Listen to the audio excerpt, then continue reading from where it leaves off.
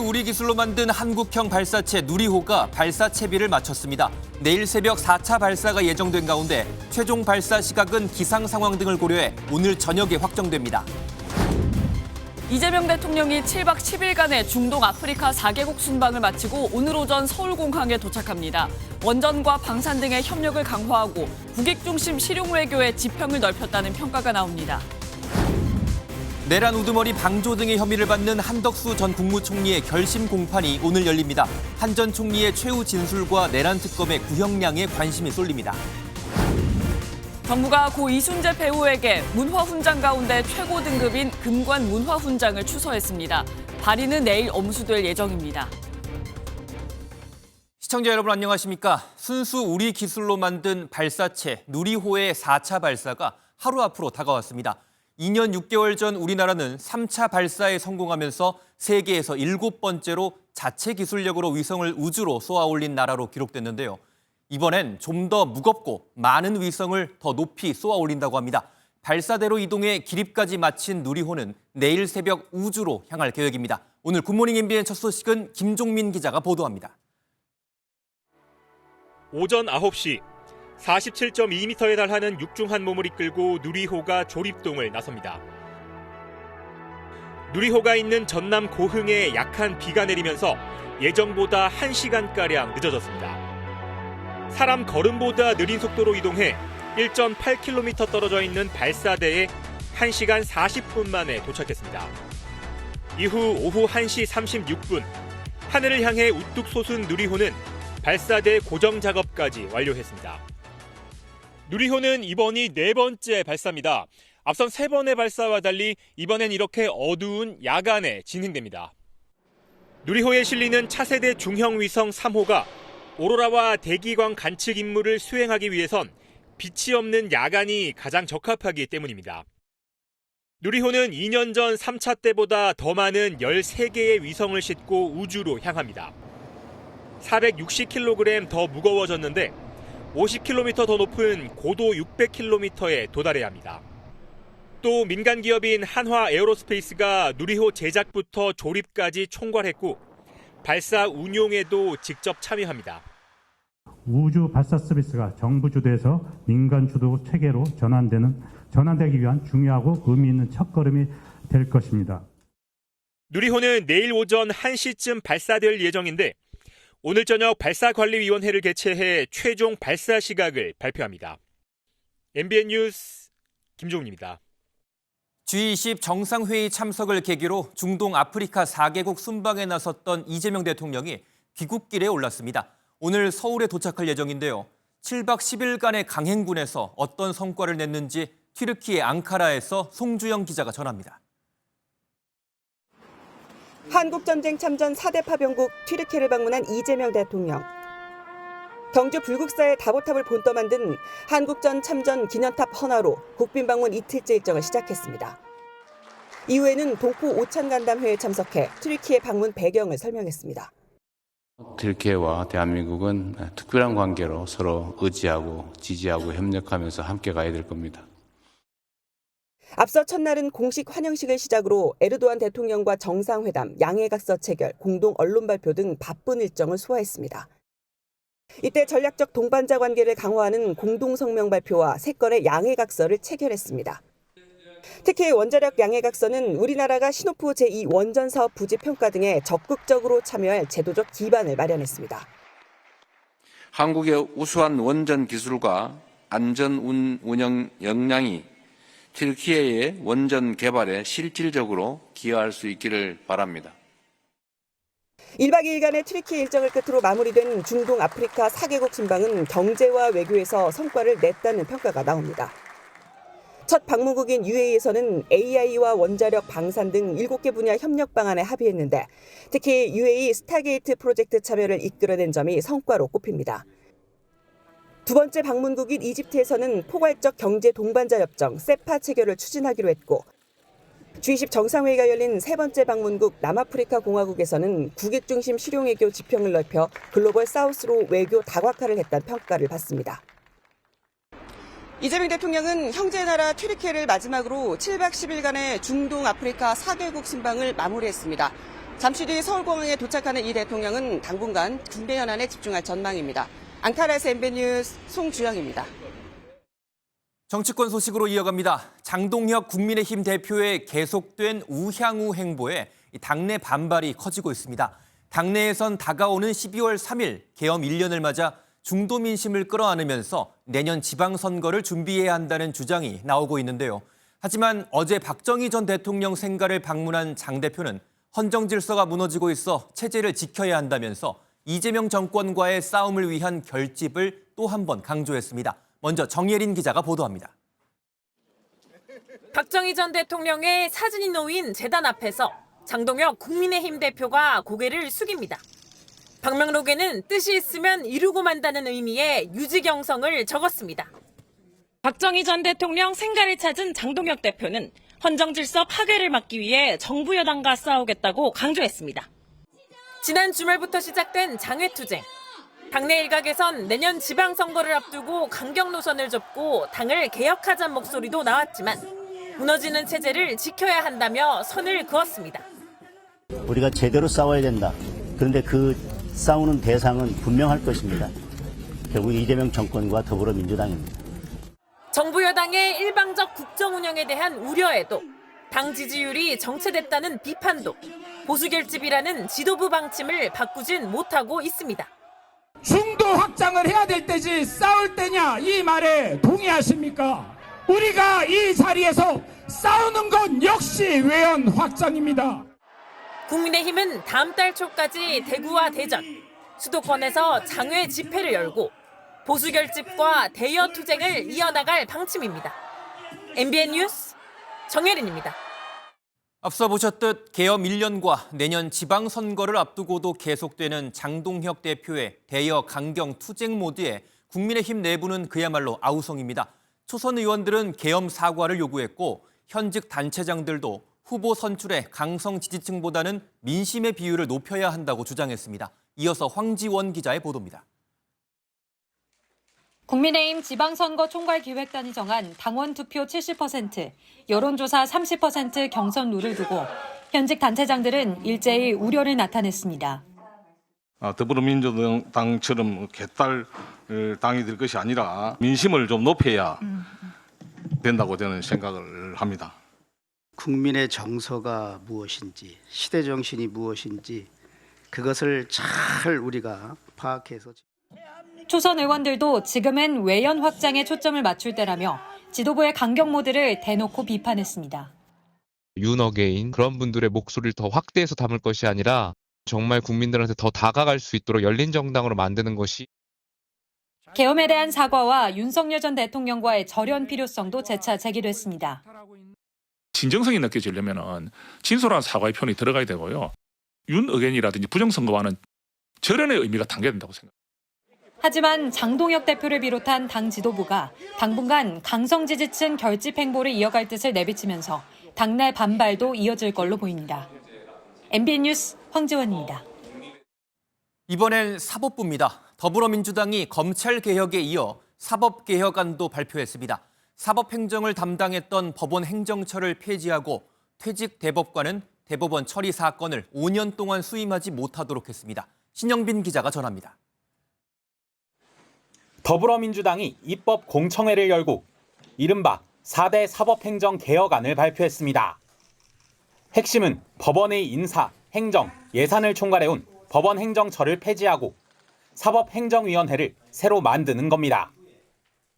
그동안 제왕적인 사법 권력을 독점해온 대법원장의 권한을 분산하고 사법행정의 민주적인 의사결정 구조를 확립하겠습니다. 사법행정위원회 위원장의 경우 사법부 외부위원 중 추천을 받아 대법원장이 임명하는 안과 대법원장이 직접 맡는 안 등 두 가지를 제시했습니다. 전관예우를 막기 위해 퇴직 대법관은 5년간 대법원에서 처리하는 사건을 수임하지 못하게 만드는 방안도 추진됩니다. 민주당은 퇴직 대법관이 변호사가 될 자유는 보장하되 대법원 사건만 일정 기간 맡지 못하는 것이라며 헌법상 직업 선택의 자유를 침해하지 않는 합헌적 조치라고 강조했습니다. 이외에도 법관에 대한 정직 기간을 최대 1년에서 2년으로 상향하는 방안 등이 함께 추진됩니다. 당장 사법부에선 우려의 목소리도 나왔습니다. 사법권 독립 침해로 인한 위험 우려가 있다고 생각합니다. 헌법 교과서에서도 사법권에는 당연히 사법행정권이 포함된다고 기술하고 있습니다. 민주당은 의견 수렴 과정은 거치겠지만 올해 안에 사법개혁안을 통과시키겠다는 의지를 거듭 내비쳤습니다. MBN 뉴스 신영빈입니다. 더불어민주당은 사법개혁에 이어 위헌 논란으로 논의가 중단됐던 내란 전담 재판부까지 다시 꺼내들면서 연일 사법부를 맹공격하고 있습니다. 그 속내는 뭘까요? 이어서 김태형 기자가 보도합니다. 민주당의 사법부를 향한 압박은 사법개혁뿐만이 아닙니다. 한동안 잠잠하던 내란 재판 전담부까지 다시 수면 위로 올렸습니다. 내란 사건을 심리하는 1심 재판도 중 재판부가 교체되면 위헌 소지가 있어 논의가 중단됐다가 최근 당 지도부가 추진을 공식화했습니다. 내란 전담 재판부 당연히 설치합니다. 국민의 명령입니다. 여기에 대해 더 이상 소랑설레하지 않기를 바랍니다. 민주당이 재차 강공 모드로 바뀐 데에는 강성 지지층의 불안감이 크게 작용한 것으로 보입니다. 법원이 한덕수 전 국무총리, 박성재 전 법무부 장관 등에 대한 구속영장을 줄줄이 기각한 데 이어 윤석열 전 대통령의 석방 가능성까지 제기되고 있기 때문입니다. 1심 재판이 끝나고 2심부터 전담 재판부가 구성되면 위헌 논란을 어느 정도 피할 수 있다는 점을 앞세워 지지층 우려를 잠재우려는 겁니다. 민주당은 이재명 대통령이 순방을 마치고 귀국하면 곧바로 전담 재판부 설치를 논의하겠다는 계획입니다. 하지만 당 안팎에서 강성 지지층만 바라보며 민생보다 내란 청산에만 집중하다 중도층을 외면할 수 있다는 우려가 나오고 있습니다. MBN 뉴스 김태형입니다. 정부 여당이 공무원 규정도 손보기 시작했습니다. 국가공무원법이 처음 제정될 때부터 있었던 복종의 의무를 지워버린 건데요. 또 군인들이 부당한 명령은 거부할 수 있도록 하는 법 개정도 추진 중입니다. 이 소식은 윤지원 기자가 보도합니다.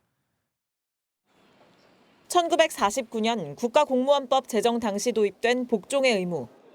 조직 운영의 효율성 등의 이유로 지금까지 유지되었지만 76년 만에 사라지게 됐습니다. 정부가 복종의 의무를 삭제하고 지휘 감독에 따를 의무로 변경하는 내용의 국가공무원법 개정안을 입법 예고한다고 밝혔습니다. 상관의 지휘 감독에 대해 의견을 제시할 수 있고 위법한 지휘 감독에 대해서는 이행을 거부할 수 있다는 걸 명확히 했습니다. 위법한 명령을 거부할 수 있는 법적 근거가 명시된 겁니다. 낡은 복종 의무론을 이번에 민주주의적 헌정 질서에 맞게 새롭게 재구성할 필요가 있다. 복종 중심에서 법치 중심의 또 헌법과 존중 문화로 바뀔 거다. 또 성실 의무를 법령 준수 및 성실 의무로 변경하고 공무원이 국민 전체의 봉사자로서 법령을 준수하며 성실히 직무를 수행해야 한다고 규정했습니다. 아울러 법력권에서는 12.3 비상계엄 사태 이후 위법 부당한 명령에 대해 군인들의 거부권을 보장하는 군인복무기본법 개정에 나섰습니다. 국방부는 해당 개정안에 찬성 입장을 밝혔습니다. 다만 일각에서는 위법성 판단 기준이 모호하다는 지적도 나옵니다. 인사혁신처는 향후 시행령과 복무규정 개정 등을 통해 추가적인 가이드라인을 제시할 것이라고 밝혔습니다. MBN 뉴스 윤지원입니다. 오늘은 어떤 이슈가 기다리고 있을까요? 굿모닝 MBN이 엄선한 투데이 라인업을 통해 오늘의 주요 일정과 현안을 함께 살펴보겠습니다. 네, 최근 원달러 환율이 치솟으면서 물가 불안 등 걱정 많으실 텐데요. 부윤철 경제부총리 겸 기획재정부 장관이 오늘 이와 관련해서 기자 간담회를 개최합니다. 구 부총리는 외환시장 안정을 위한 추가 메시지를 낼 것으로 보입니다. 김건희 특검이 오늘 김선교 국민의힘 의원을 피의자 신분으로 소환 조사합니다. 특검팀은 김건희 여사 일가가 경기 양평 공흥지구에서 개발 사업을 할 당시 양평 군수였던 김 의원이 개발 부담금 면제 등 각종 특혜에 개입한 것으로 의심하고 있습니다. 사업가로부터 불법 정치자금 6천만 원을 받은 혐의로 기소된 노웅래 전 더불어민주당 의원의 1심 판결이 오늘 선고됩니다. 앞서 검찰은 징역 4년과 벌금 2억 원 등을 구형했습니다.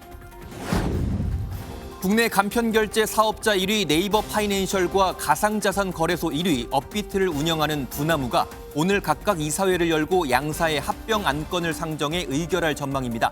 양사의 합병은 내일 공식 발표될 예정입니다. 지금까지 투데이 라인업이었습니다. 어제 새벽 별세한 고 이순재 배우에게 정부가 금관 문화훈장을 추서했습니다. 고인의 업적을 기려 문화훈장 가운데 최고 등급을 수여한 건데요. 고인을 추모하는 발길이 빈소에 끝없이 이어지는 가운데 발인은 내일 새벽 엄수됩니다. 먼저 조성우 기자입니다.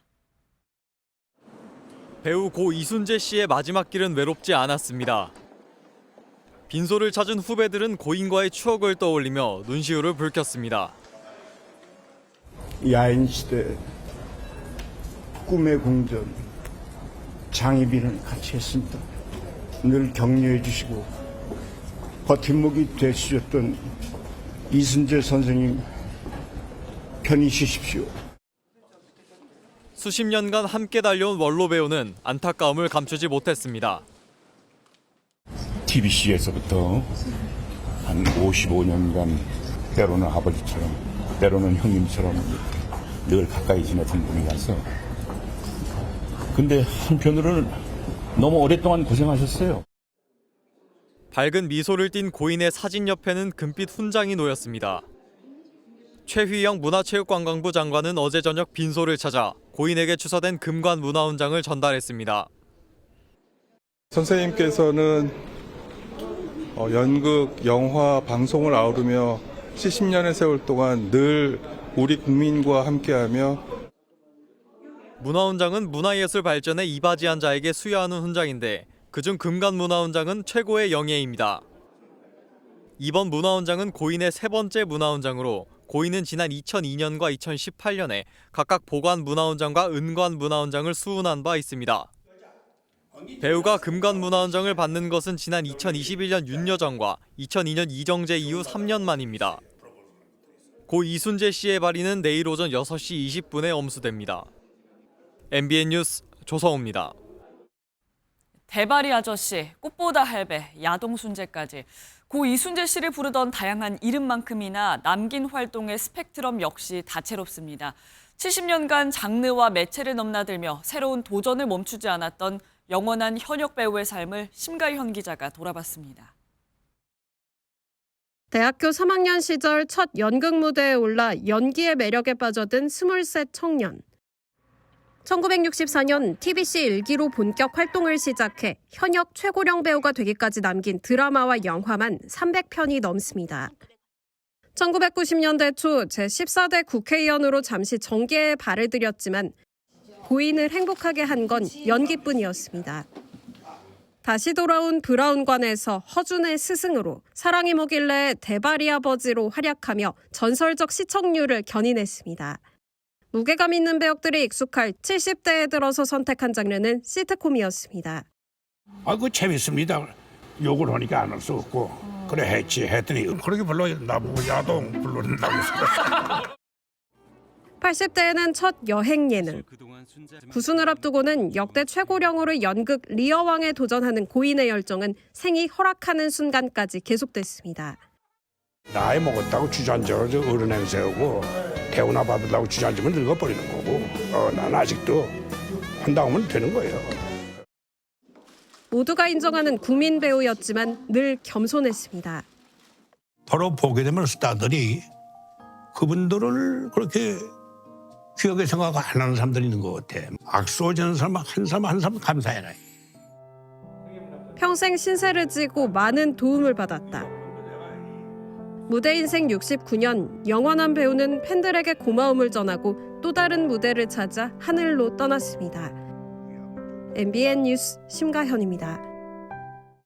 내란 중요 임무 종사 혐의 등으로 기소된 한덕수 전 국무총리의 결심 공판이 오늘 법원에서 열립니다. 한 전 총리의 최후 진술과 특검팀의 구형이 이뤄질 전망인데요. 내란 관련 재판 가운데 속도가 가장 빠른 만큼 다른 재판에도 영향을 끼칠 전망입니다. 노하린 기자의 보도입니다. 내란 중요 임무 종사 등의 혐의를 받는 한덕수 전 국무총리의 결심 공판이 오늘 열립니다. 결심 공판에서는 한 전 총리의 최후 진술과 내란 특검의 구형이 진행됩니다. 내란 특검이 기소한 사건 가운데 변론이 종결되는 건 오늘 한 전 총리 재판이 처음입니다. 한 전 총리는 비상계엄 당일 국무회의 상황에 대해서는 기억하지 못한다면서도 윤석열 전 대통령에게 계엄을 만류했다고 주장해 왔습니다. 정확한 지금 그 워딩은 제가 생각이 잘 안 납니다만 하여튼 재고해 주십시오. 다시 한번 생각해 봐 주십시오. 뭐 그런 취지의 말씀을 드린 것 같습니다. 오늘 공개될 특검팀의 구형량은 같은 혐의로 기소된 김용현, 이상민 전 장관 등에 대한 구형 기준이 될 수 있습니다. 비상계엄은 대통령의 헌법상 통치권이라며 내란이 될 수 없다고 주장하고 있는 윤 전 대통령 내란 재판에도 영향이 불가피합니다. 이런 가운데 재판부가 한 전 총리에 대해 내년 1월 21일 또는 28일 1심 선고를 하겠다고 밝히면서 약 5달 만에 선고가 이뤄질 예정입니다. 내란 우두머리 방조의 경우 10년 이상 50년 이하 징역형이 선고될 수 있습니다. 다만 재판부가 내란 중요임무 종사 혐의로 판단한다면 사형 무기 또는 5년 이상 징역이나 금고형이 가능합니다. MBN 뉴스 노하린입니다. 내란 특검이 지난해 5월 김건희 여사가 박성재 당시 법무부 장관에게 보낸 텔레그램 메시지를 확보했습니다. 내 수사 어떻게 되고 있나라는 내용이 담겨 있었는데 특검팀은 이 대화가 김 여사가 자신에 대한 수사를 무마하려는 부정청탁이었는지 살펴보고 있습니다. 이교욱 기자가 보도합니다. 내란 특검은 김건희 여사가 박성재 전 법무부 장관에게 보낸 지난해 5월 텔레그램 메시지에 주목하고 있습니다. 내 수사는 어떻게 되고 있나? 김혜경, 김정숙 여사의 수사는 왜 진행이 잘 안 되나라고 묻는 내용입니다. 당시 김 여사는 명품 가방 수수 의혹, 도이치모터스 주가 조작 의혹에 대한 검찰 수사를 받고 있었습니다. 비슷한 시기 박 전 장관 주도로 서울중앙지검 지휘라인 물갈이 인사가 단행됐고 이원석 당시 검찰총장은 침묵으로 불편한 심기를 숨기지 않았습니다. 어제 단행된 검사장 인사는 제가 이에 대해서 더 말씀드리지 않겠습니다. 내란 특검은 갑작스런 인사 배경에 자신에 대한 수사를 막으려는 김 여사의 부정청탁이 있었는지를 살펴보고 있습니다. 추가 자료 확보를 위해 특검은 김건희 특검과 최혜병 특검을 압수수색해 김 여사 휴대전화 내역 등을 넘겨받았습니다. 또 특검은 박 전 장관이 검찰로부터 보고받은 명태균 공천 개입 의혹 수사보고서 등을 김 여사에게 전달한 정황도 포착했습니다. 보고서엔 명 씨가 김 여사와 여러 차례 메시지 등을 주고받으면서 긴밀하게 소통한 내용이 담긴 것으로 파악됐습니다. 김 여사 사법 리스크가 윤석열 전 대통령의 계엄 선포 동기였던 건 아닌지 의심하는 특검은 남은 수사기간 관련 의혹 규명에 수사력을 모을 방침입니다. MBN 뉴스 이교욱입니다. 법정에서 소동을 일으키면서 재판부로부터 유치장에 구금되는 감치 선고를 받은 김용현 전 장관의 변호인들이 연일 논란이 되고 있죠. 변호인들의 발언을 들으면 과연 법정에서 할 수 있는 말인지 귀를 의심하게 되는데요. 법원행정처가 결국 변호사 2명을 경찰에 고발하고 징계를 해달라고 변호사협회에 통보했습니다. 박은채 기자입니다. 김용현 전 장관의 내란 혐의 재판에서 김 전 장관 변호인이 특검을 향해 모욕적인 말을 쏟아냅니다. 아따 진짜 검사들이 정말 제대로 교육을 안 받아가지고 어디서 그런 모래장머리 하죠. 공무집행 방해 혐의 재판에서도 조은석 내란 특검을 비하하며 막무가내였습니다. 높은 확률로 지금 조은석은 사무실에 놀고 있을 겁니다. 지위도 애매한 파견 검사들까지 나와가지고 이 조은석 시다발이 하라고 이렇게 소송 지연을 위한 그냥 독자적인 주장에 불과하다고 하는 게 저희 의견입니다. 소송을 지연하고 있는 건 특검부예요. 출석도 안 하고 소송을. 이례적인 재판부의 감치 선고 이후에도 폭언은 계속됐습니다. 힘있는 자들의 부역해서 편먹고 약한 자를 같이 두드려 팬다. 이 시정 작대가 무슨 차이가 있겠습니까? 내란 특검 측은 변호인들의 모욕적인 발언 자료를 모두 수집해 대한변호사협회에 제출하며 징계를 요청할 계획입니다. 법원은 아예 법적 대응에 들어갔습니다.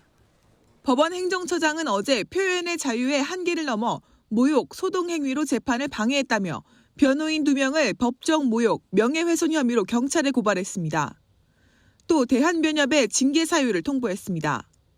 MBN 뉴스 박은채입니다.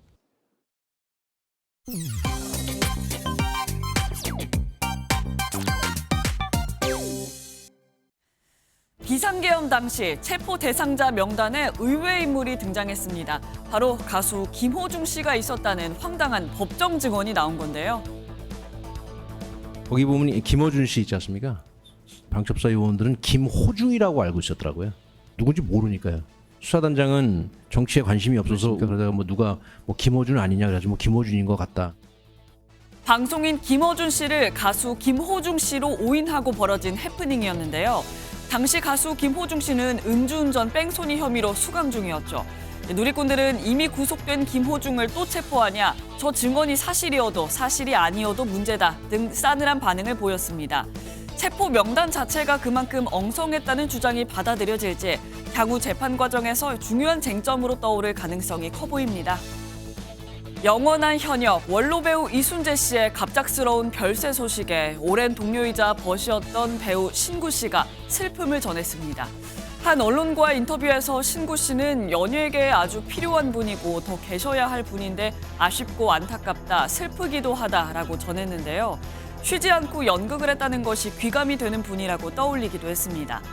두 사람은 연극부터 예능, 꽃보다 알배까지 여러 작품을 함께 해왔는데요. 사실 그동안 이순재 씨는 오히려 신구 씨에게 몸조심하고 건강을 유의하라고 당부해왔습니다. 최근 신구 씨가 신부전증으로 투병하면서 심장박동기 삽입술까지 받았기 때문인데요. 누리꾼들은 오랫동안 봐서 친할아버지 같았는데 너무 슬프다, 원로 배우들 오래 보고 싶다, 꽃할배들 건강하세요 등 댓글을 이어가고 있습니다. 빵의 도시 대전에서 줄을 서지 않고 유명 빵집들을 둘러볼 수 있는 이색 서비스가 등장했습니다. 일명 빵택시인데요. 추천했다가 맛없으면 얼마나 고마운지 목숨 걸고 골라야 돼. 이게 뭐예요? 보냉땡이거든요. 기사가 선정한 맛집과 추천 메뉴를 안내받을 수 있고요. 차량 안에서 편하게 빵을 먹을 수 있도록 테이블도 마련돼 있습니다. 또 빵을 고르는 동안 기사가 대신 줄을 서주기도 하는데요. 이 모든 서비스가 제공되는 비용 2시간에 3만 원입니다.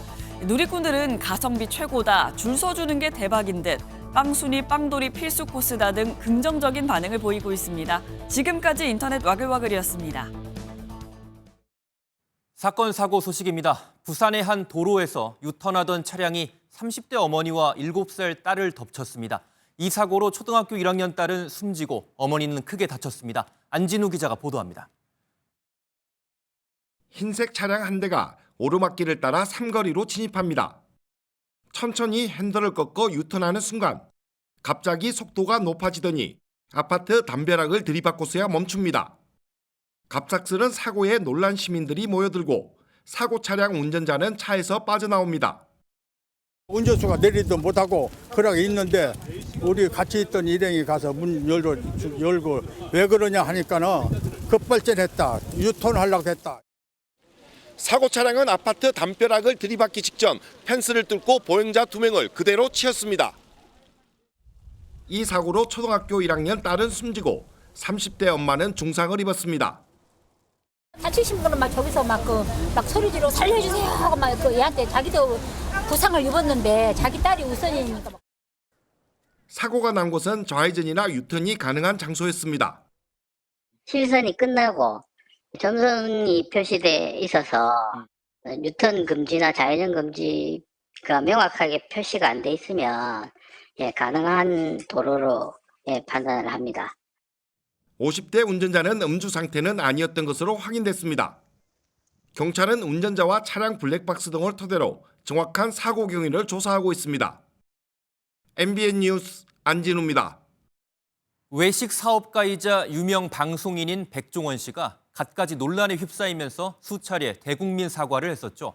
노동부 조사 결과 직원 블랙리스트 명단 작성 의혹은 취업 방해 혐의가 명백해서 검찰의 기소 의견으로 송치됐습니다. 보도에 이혁준 기자입니다. 백종원 대표가 운영하는 더본 코리아 소속 국내 브랜드는 새마을 식당, 백다방, 홍콩반점, 한신포차를 포함해 20개에 달합니다. 올해 초 백 대표가 만든 백햄 선물 세트 가격 할인율 과장과 함량 논란을 기점으로 지역 축제, 농약통 사용 등 온갖 의혹이 터져나왔습니다. 이 가운데 더본 코리아 직원이 새마을 식당 점주를 모아 만든 네이버 카페의 직원 블랙리스트 게시판은 법적 문제로 비화했습니다. 노동부는 지난 3월부터 더본코리아의 블랙리스트 게시판 운영 의혹에 대해 조사하고 근로감독에 착수했습니다. 조사 결과 노동부는 취업 방해 혐의가 있다고 보고 지난달 검찰에 기소해야 한다는 의견과 함께 사건을 넘겼습니다. 한 번의 행위라도 어쨌든 이제 우리 수사 입장에서는 뭐 범죄 사실에 해당한다라고 봐서. 근로감독에서도 더본코리아의 내부 문제점이 곳곳에서 드러났습니다. 연차 휴가를 사용하지 않은 데 대한 수당을 지급하지 않거나 배우자 출산 휴가 10일도 다 쓰지 못하게 막았습니다. 더본코리아 측은 블랙리스트 게시판은 담당자가 미숙해서 생긴 일이라고 해명했습니다.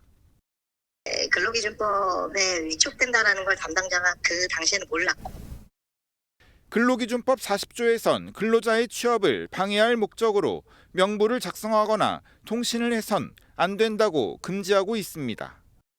위반 시 5년 이하의 징역 또는 5천만 원 이하의 벌금에 처할 수 있습니다. MBN 뉴스 이혁준입니다. 최근 전동 킥보드나 전기 자전거 같은 개인형 이동장치의 사고 소식이 끊이지 않고 있는데요.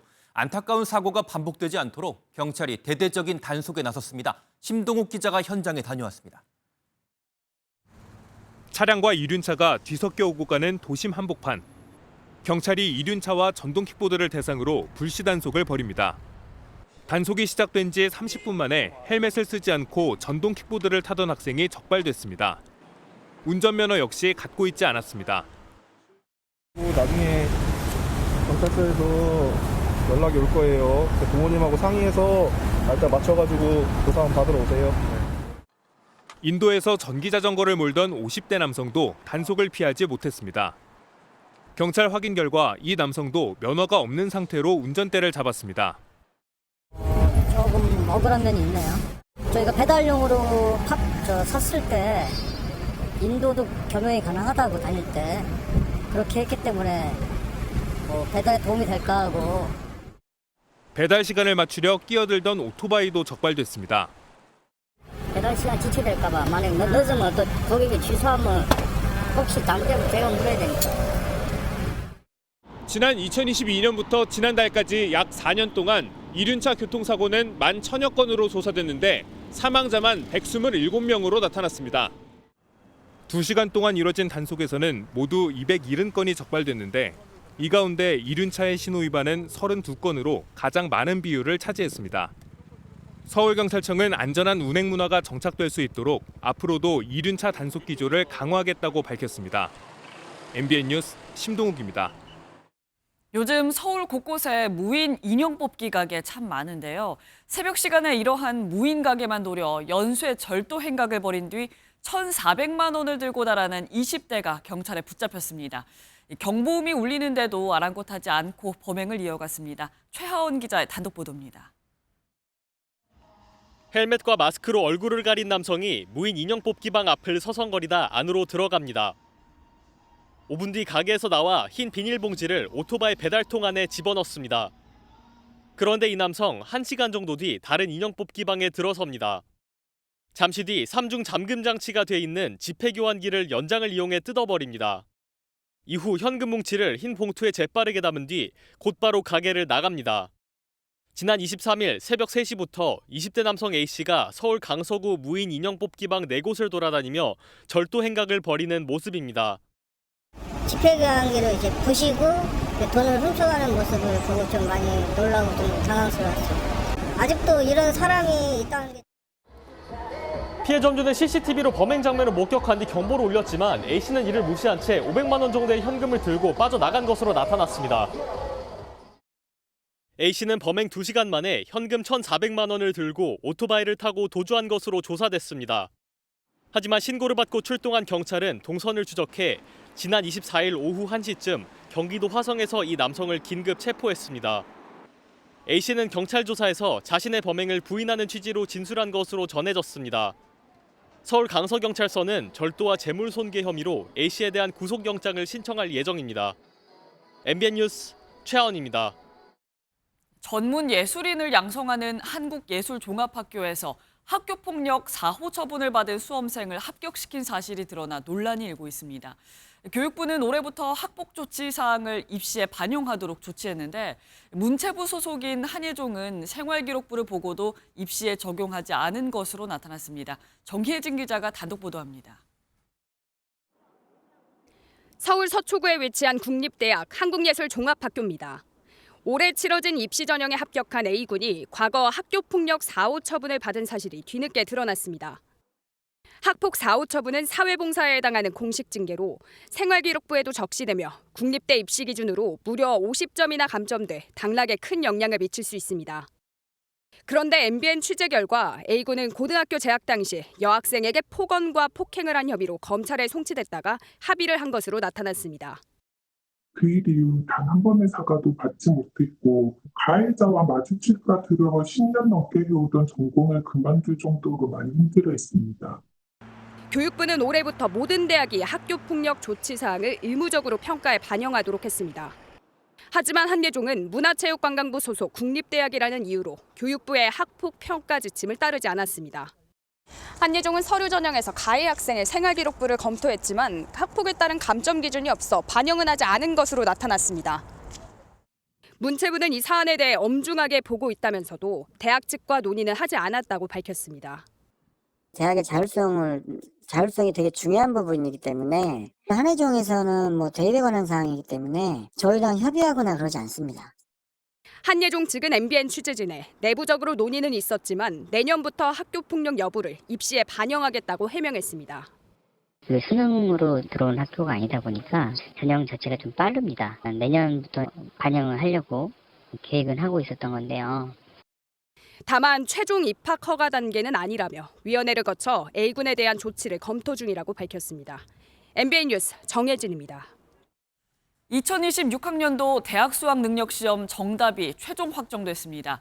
국어와 영어 영역에서 출제 오류가 지적됐지만 한국교육과정평가원은 이의가 제기된 51개 문항 모두 이상이 없는 것으로 결론 내렸습니다. 보도에 정설민 기자입니다.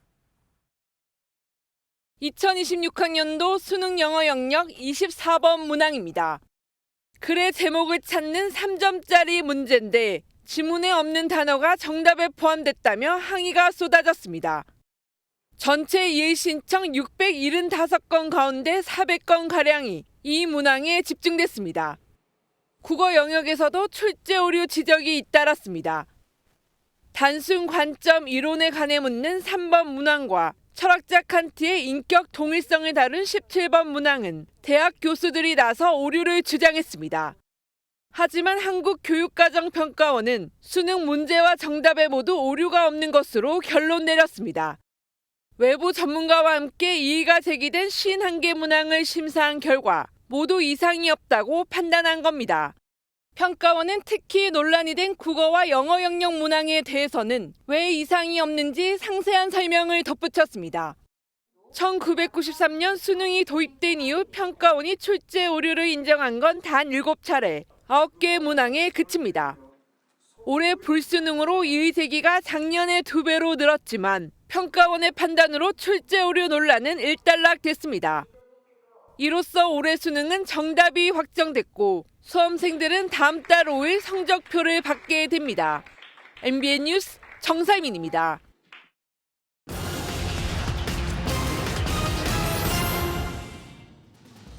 지난달 서울 빌라 원룸의 평균 월세와 전세 가격이 소폭 하락한 것으로 나타났습니다. 보증금 1,000만 원 기준 서울 평균 월세는 70만 원으로 전달과 비교해 2만 원 하락했고 가장 월세가 비싼 곳은 강남구 95만 원으로 조사됐습니다. 전세 보증금은 서울 평균이 2억 1,457만 원으로 전달에 비해 11만 원 떨어진 것으로 나타났습니다. 불경기에도 지난 3분기 해외카드 사용액이 역대 최대를 기록했습니다. 국내 거주자의 해외카드 사용 금액은 59억 3천만 달러, 우리 돈으로 8조 7,300억 원 이상을 기록했습니다. 한국은행 관계자는 여름방학 등 계절적인 요인으로 해외여행이 늘어난 영향이 크다고 설명했습니다. 제철을 맞은 굴값이 평년보다 저렴한 것으로 나타났습니다. 지난 21일 기준 굴 1kg의 소매 가격은 23,179원으로 평년 대비 11.25% 떨어졌습니다. 이는 김장 인구 감소 등 굴 수요가 적어진 데 따른 것으로 분석됩니다. 지금까지 오늘의 굿모닝 경제였습니다.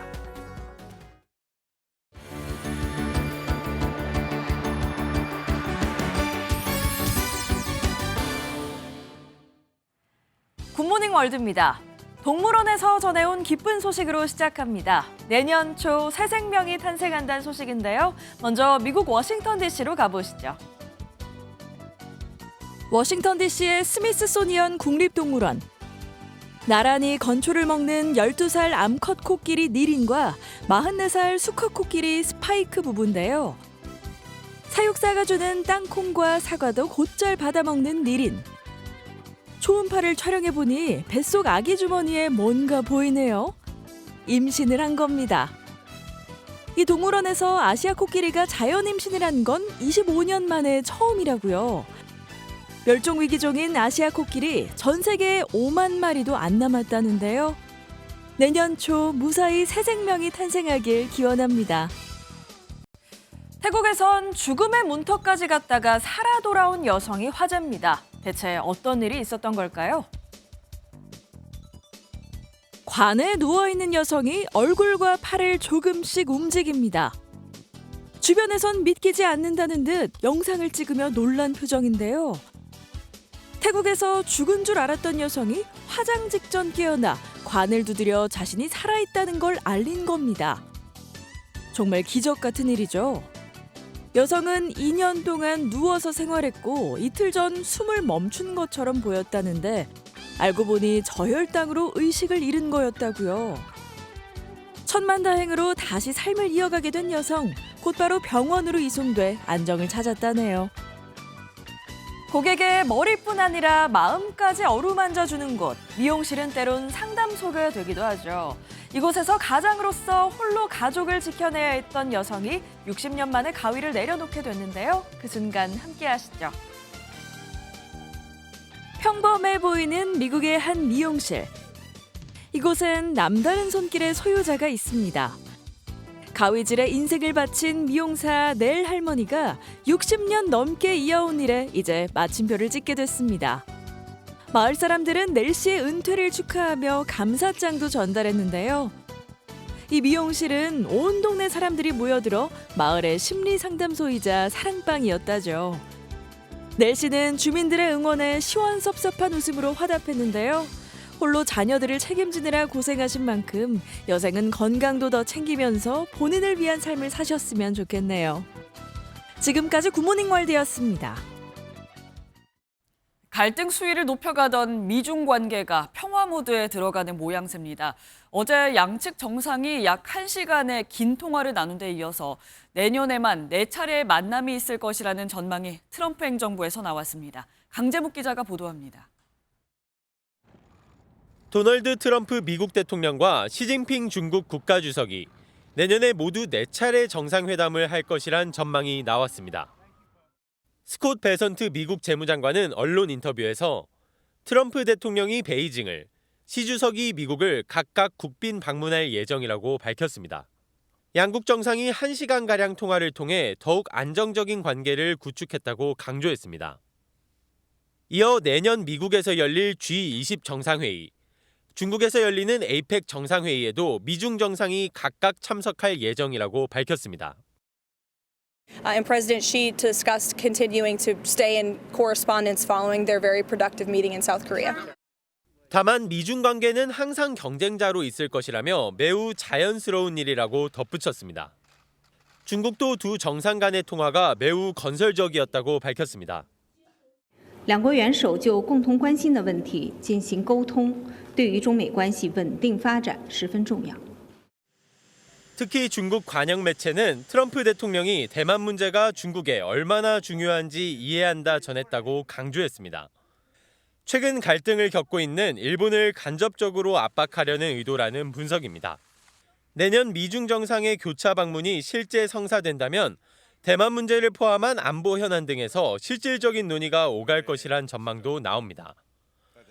MBN 뉴스 강재묵입니다. 일본산 냉동 가리비를 태국산으로 속여 국내에 들여온 수입업자들이 붙잡혔습니다. 후쿠시마 오염수 우려를 피하려고 원산지를 속인 줄 알았는데 아니었고요.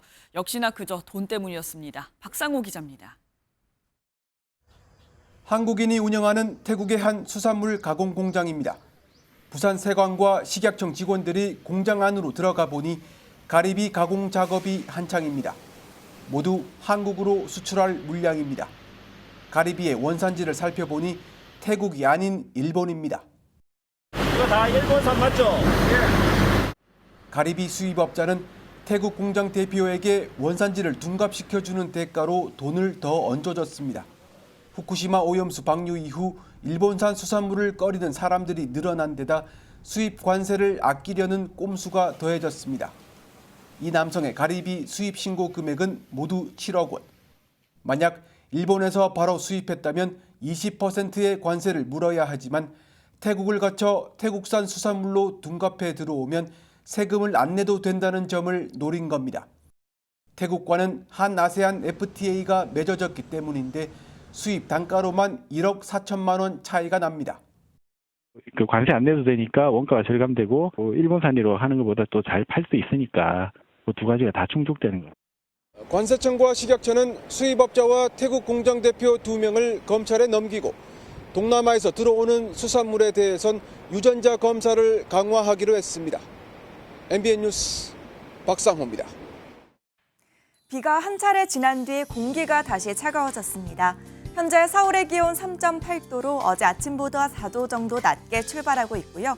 내일 전국에 또다시 비가 내린 뒤 모레 아침에는 영하 1도까지 뚝 떨어지겠습니다.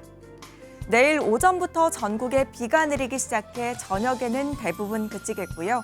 예상 강수량은 5에서 20mm 안팎으로 많지 않겠습니다.